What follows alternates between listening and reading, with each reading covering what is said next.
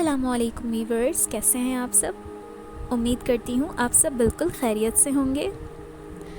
آج آپ اس ویڈیو میں سننے جا رہے ہیں ایک تفسیری واقعہ جو کہ اس بارے میں ہے کہ 70,000 مردے کس طرح زندہ ہو گئے۔ تو چلیے شروع کرتے ہیں۔ یہ حضرت حزقیل علیہ السلام کی قوم کا ایک بڑا ہی عبرت خیز اور انتہائی نصیحت آمیز واقعہ ہے، جس کو خداوند قدوس نے قرآن مجید کی سورۃ البقرہ میں بیان فرمایا ہے۔ واقعہ کچھ یوں ہے کہ بنی اسرائیل کی ایک جماعت جو حضرت حزقیل علیہ السلام کے شہر میں رہتی تھی، شہر میں طاعون کی وبا پھیل جانے سے ان لوگوں پر موت کا خوف سوار ہو گیا، اور یہ لوگ موت کے ڈر سے سب کے سب شہر چھوڑ کر ایک جنگل میں بھاگ گئے اور وہیں رہنے لگے۔ تو اللہ تبارک و تعالیٰ کو ان لوگوں کی یہ حرکت بہت ہی ناپسندیدہ ہو گئی۔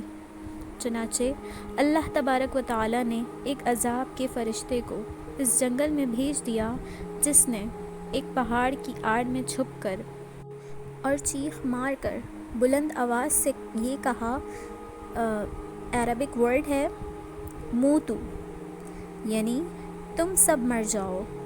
اور اس محیب اور بھیانک چیخ کو سن کر بغیر کسی بیماری کے اچانک یہ سب کے سب مر گئے، جن کی تعداد 70,000 تھی۔ ان مردوں کی تعداد اس قدر زیادہ تھی کہ لوگ ان کے کفن و دفن کا کوئی انتظام نہیں کر سکے، اور ان مردوں کی لاشیں کھلے میدان میں بے گور و کفن 8 دن تک پڑی پڑی سڑنے لگیں، اور بے انتہا تعفن اور بدبو سے پورے جنگل بلکہ اس کے اطراف میں بھی بدبو پیدا ہو گئی۔ کچھ لوگ ان لاشوں پر رحم کھانے لگے، اور ان لوگوں نے ان کی لاشوں پر رحم کھا کر چاروں طرف سے دیوار اٹھا دی تاکہ یہ لاشیں درندوں سے محفوظ رہ سکیں۔ کچھ دنوں بعد حضرت حزقیل علیہ السلام کا اس جنگل میں ان لاشوں کے پاس سے گزر ہوا تو اپنی قوم کے 70,000 انسانوں کو اس موت ناگہانی اور بے گور و کفن لاشوں کی فراوانی دیکھ کر رنج و غم سے ان کا دل بھر آیا۔ آپ دیدہ ہو گئے اور باری تعالیٰ کے دربار میں دکھ بھرے دل سے گڑ گڑا کر دعا مانگنے لگے کہ یا اللہ، یہ میری قوم کے افراد تھے جو اپنی نادانی سے یہ غلطی کر بیٹھے کہ موت کے ڈر سے شہر چھوڑ کر جنگل میں آ گئے۔ یہ سب میرے شہر کے باشندے ہیں، ان لوگوں سے مجھے بہت انس حاصل تھا، اور یہ لوگ میرے دکھ سکھ میں شریک تھے۔ افسوس، یہ میری قوم تھی جو ہلاک ہو گئی، اور میں بالکل ہی اکیلا رہ گیا۔ اے میرے رب، یہ وہ قوم تھی جو تیری حمد کرتی تھی اور تیری توحید کا اعلان کرتی تھی اور تیری کبریائی کا خطبہ پڑھتی تھی۔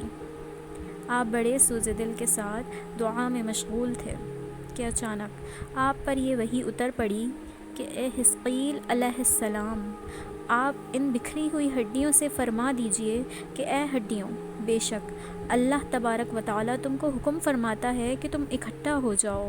یہ سن کر بکھری ہوئی ہڈیوں میں حرکت پیدا ہوئی، اور ہر آدمی کی ہڈیاں جمع ہو کر ہڈیوں کے ڈھانچے بن گئے۔ پھر یہ وحی آئی کہ اے حزقیل علیہ السلام، آپ یہ فرما دیجئے کہ ان ہڈیوں کو کہ تم کو اللہ تبارک و تعالیٰ حکم دیتا ہے کہ تم گوشت پہن لو۔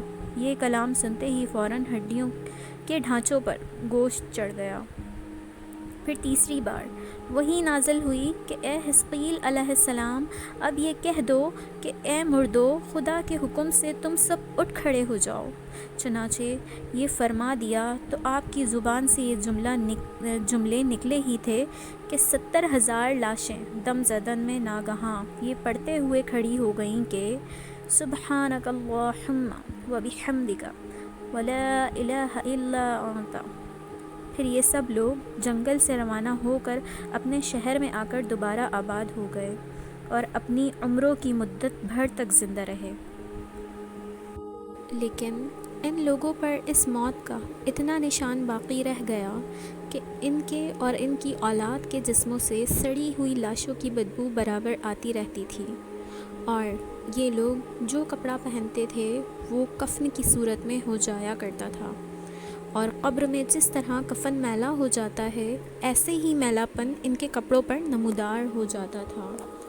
چنانچہ یہ اثرات آج تک ان یہودیوں میں پائے جاتے ہیں جو ان لوگوں کی نسل سے باقی رہ گئے ہیں۔ یہ عجیب و غریب واقعہ قرآن مجید کی سورۃ البقرہ میں خداوند قدوس نے کچھ اس طرح بیان فرمایا ہے۔ چنانچہ آیت مبارکہ کا ترجمہ ہے: اعوذ باللہ من الشیطان الرجیم، بسم اللہ الرحمن الرحیم۔ اے محبوب، کیا آپ نے ان لوگوں کو نہیں دیکھا جو اپنے گھروں سے ہزاروں کی تعداد میں موت کے ڈر سے نکل بھاگے تھے؟ تو اللہ تبارک و تعالی نے ان لوگوں سے یہ فرما دیا کہ تم سب مر جاؤ۔ پھر اللہ تبارک و تعالی نے انہیں زندہ فرما دیا۔ بے شک اللہ لوگوں پر فضل فرمانے والا ہے، مگر اکثر لوگ ناشکرے ہیں۔ صدق اللہ العظیم۔ البقرہ پارہ 2۔ بنی اسرائیل کے اس محیر العقول واقعے سے ہمیں 2 ہدایات ملتی ہیں۔ پہلی ہدایت یہ کہ آدمی موت کے ڈر سے بھاگ کر اپنی جان نہیں بچا سکتا، لہٰذا موت سے بھاگنا بالکل ہی بیکار ہے۔ اللہ تبارک و تعالیٰ نے جو موت مقدر فرما دی ہے وہ اپنے وقت پر ضرور آئے گی، نہ ایک سیکنڈ اپنے وقت سے پہلے آ سکتی ہے، نہ ایک سیکنڈ بعد آئے گی۔ لہٰذا بندوں کو لازم ہے کہ وہ رضا الہی پر راضی رہ کر صابر و شاکر رہیں، اور خواہ کتنی ہی وبا پھیلے، اطمینان اور سکون کا دامن اپنے ہاتھ سے نہ چھوڑیں، اور یہ یقین رکھیں کہ جب تک میری موت نہ آئے گی نہ مجھے کوئی مار سکتا ہے اور نہ ہرگز میں مر سکتا ہوں، اور جب میری موت آ جائے گی تو میں کچھ بھی کر لوں، کہیں بھی چلا جاؤں، بھاگ جاؤں یا ڈٹ کر کھڑا رہوں، میں کسی حال میں نہیں بچ سکتا۔